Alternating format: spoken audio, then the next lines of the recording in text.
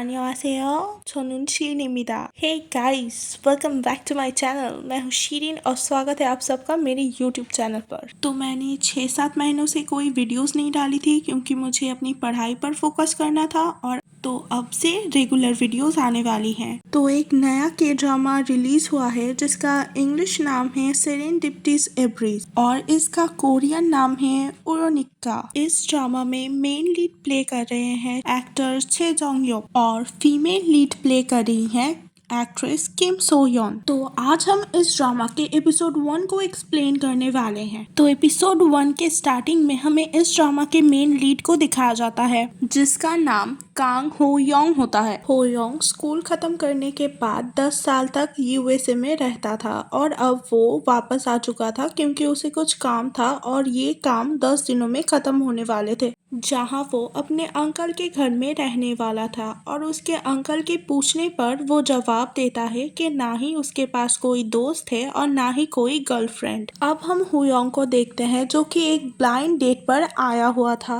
यहाँ एंट्री होती है फीमेल लीड की जिसका नाम है ली होंगजू। यहाँ हमें पता चलता है हुयोंग और होंगजू दोनों सेम स्कूल में ही पढ़ते थे। कैफे में हुयोंग तो होंगजू को पहचान लेता है पर होंगजू ऐसे प्रिटेंड करती है कि वो तो हुयोंग को बिल्कुल भी नहीं जानती है। हुयोंग फ्लैशबैक के सीन को याद करता है जहां हमें दिखाया जाता है कि होंगजू कभी उसे लव लेटर दे रही थी और पूरा क्लास चेयर कर रहा था। यहाँ हमें पता चलता है कि होंगजू भी इसी कैफे पर आई थी अपने ब्लाइंड डेट के लिए पर वो गलती से हुयोंग के पास आ गई थी। यहाँ मीसो नाम की लड़की हुयोंग के साथ डेट पर आई थी पर वो मीसो पर बिल्कुल भी इंटरेस्टेड नहीं था बल्कि वो तो बस होंगजू को ही देखते जा रहा था। कुछ देर बाद हुयोंग अपने डेट को बीच पर ही छोड़कर आ जाता है बाहर क्योंकि वो जानना चाहता था कि होंगजू कहाँ गई। दूसरी ओर हम होंगजू और उसके डेट को देखते हैं जहाँ ये लड़का काफी ज्यादा फॉर्मली बात कर रहा था। होंगजू बेचारी तो ट्राई भी कर रही थी ताकि सिचुएशन थोड़ा सा लाइट हो जाए पर ये बंदा तो अपनी शेल से बाहर ही नहीं आ रहा था। तो बेसिकली यहाँ दोनों ही अपने डेट को रिजेक्ट कर देते हैं क्योंकि इनकी वाइब नहीं मैच हो रही थी यार। अब यहाँ शाम हो जाती है और हुयोंग बस स्टैंड में होंगजू को देखता है। हमें अब तक ये तो समझ आ गया था कि हुयोंग को होंगजू पर क्रश है,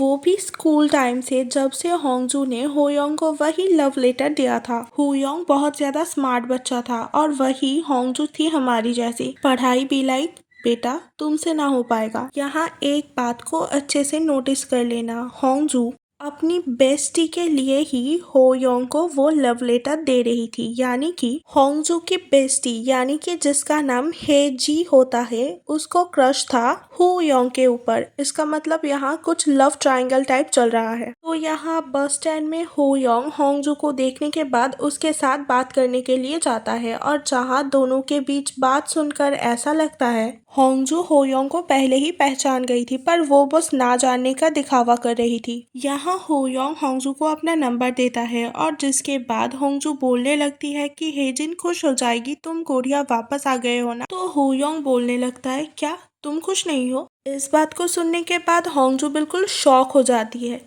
इतना स्टेप फॉरवर्ड कौन होता है भाई? होंगजू से गलती से हुयोंग के कोट के ऊपर सूप गिर जाता है तो वो बाकी पैसे हुयोंग को देकर ड्राई क्लीन कराने के लिए बोलती है पर वो नोटिस ही नहीं करती कि अमाउंट इतना कम है जिससे तो एक सोजू की बॉटल भी नहीं आएगी। दूसरी ओर हुयोंग ने नो पार्किंग जोन में अपनी गाड़ी पार्क कर दी थी तो बेचारे का चालान भी कट जाता है। हुयोंग तो बस वेट ही कर रहा था कि होंगजू कब उसे मैसेज करेगी, कब उसे कॉल करेगी। अब उसे फिर से फ्लैशबैक का सीन याद आने लगता है जिस दिन पहली बार वो होंगजू से मिला था क्योंकि दोनों ही उस दिन स्कूल जाने के लिए लेट हो गए थे और होंगजू नोटिस करती है कि टीचर स्टूडेंट्स को डांट रहे हैं तो ऐसे प्रिटेंड करती है कि वो और हुयोंग दोनों तो बहुत अच्छे दोस्त हैं और हुयोंग की वजह से ही वो आज लेट हुई है, जबकि रियलिटी में उसको तो तब होयोंग का नाम भी नहीं पता था और उसने ये भी नहीं नोटिस किया था कि होयोंग के पैर पे चोट लगी है। और दूसरी ओर हमारा होयोंग भाई जो कि सच्चाई की मूरत है वो टीचर को बता देता है कि वो और होंगजू एक दूसरे से अभी अभी मिले हैं और वो तो बिल्कुल भी दोस्त नहीं है। तो टीचर होयोंग को अंदर जाने के लिए बोलते हैं और होंगजू बेचारी को पनिशमेंट मिल जाता है। इसके बाद हुयोंग देखता है कि होंगजू ने चुपके से उसके बैग में एक बुक डाल दिया था। हुयोंग अपने क्लास में से होंगजू को देख रहा था जो कि प्लेग्राउंड में थी,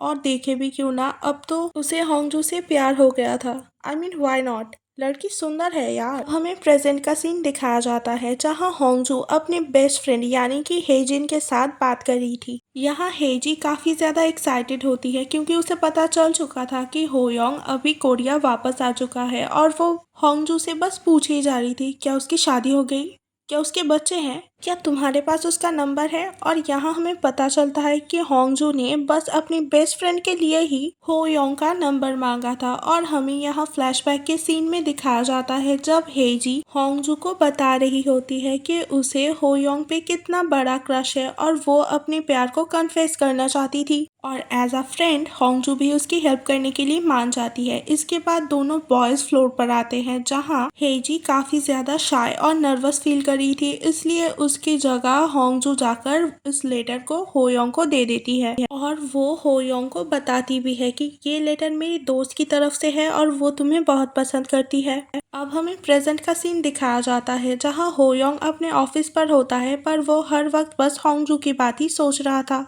यहाँ हुयोंग और उसके अंकल दोनों आपस में बात कर रहे थे, जहाँ अंकल को पता चलता है कि पिछली रात को होयोंग अपने पहले प्यार से मिला था, पर उन्हें ये लड़की कौन है इस बारे में कुछ भी पता नहीं होता। इसके बाद होयोंग के पास एक कॉल आता है और उसे लगता है कि होंगजू ने ही कॉल किया है, पर असलियत में ये कॉल हेजी ने किया था क्योंकि सबको पता है कि उसे होयोंग पे कितना बड़ा क्रश था। यहाँ हेजी होयोन को एक वेलकम पार्टी में आने के लिए इनवाइट करती है और होयोन भी मान जाता है क्योंकि उसे होंगजू से मिलना था। ये सब अपने ही एक क्लासमेट के रेस्टोरेंट में मिलते हैं और इस बंदे का नाम सांगपीर होता है। यहाँ सांगपीर होयोन को देखकर काफी ज्यादा इमोशनल हो जाता है, खुश हो जाता है क्योंकि ये सब 10 साल बाद अपने क्लासमेट से मिल रहे थे। इस वेलकम पार्टी में होयोंग भी आने वाली थी, पर उसे अपने ऑफिस के एक डायरेक्टर के पार्टी में जाना पड़ता है, और हमें यहाँ पता चलता है पोस्टर में दिख रहा ये आदमी होंगजू की एक्स है जो कि इसी के ऑफिस में अभी काम कर रहा है। दूसरी ओर हम हेजी को देखते हैं जो कि खुशी के मारे कुछ ज्यादा ही ड्रिंक कर लेती है और ड्रंक हो जाती है। हम देखते हैं होंगजू अपने ऑफिस के पार्टी में तो आई है, पर वो यहाँ ज्यादा देर रुकना नहीं चाहती थी क्योंकि वो अपने एक्स से मिलना ही नहीं चाहती थी। पर यहाँ डायरेक्टर उसे रोक लेते हैं और उसे अपने एक्स जिसका नाम जूनहो होता है उससे भी मिलना पड़ता है, पर वो बहुत ही मैच्योर और कूल बिहेव करती है। वो बहुत ही फॉर्मली बात करती है और काफी देर बाद अपने क्लासमेट्स की पार्टी में आती है, वो भी ड्रंक होकर। और यहाँ होंगजू कुछ खाना खा लेती है जिससे उसे बहुत ज्यादा तीखा लगता है और वो काफी ज्यादा फनी हरकतें करने लगती है। यहाँ होंगजू अपने घर जा रही होती है और होयोंग भी इसके पीछे पीछे आ रहा होता है क्योंकि बंदी ड्रंक है ना। यहाँ दोनों के बीच काफी अच्छे से बात होने लगती है जहाँ होंगजू बोलने लगती है, तुम स्कूल में काफी अकेले से थे, किसी के साथ ना ही बात करते थे ना ही तुम्हारा कोई फ्रेंड था।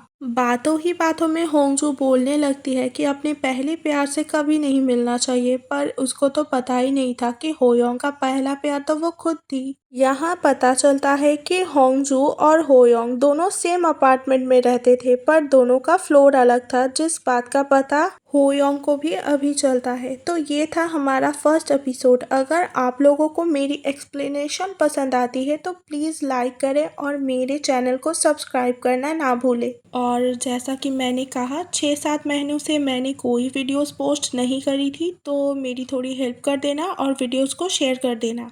Okay bye, अन्योंग।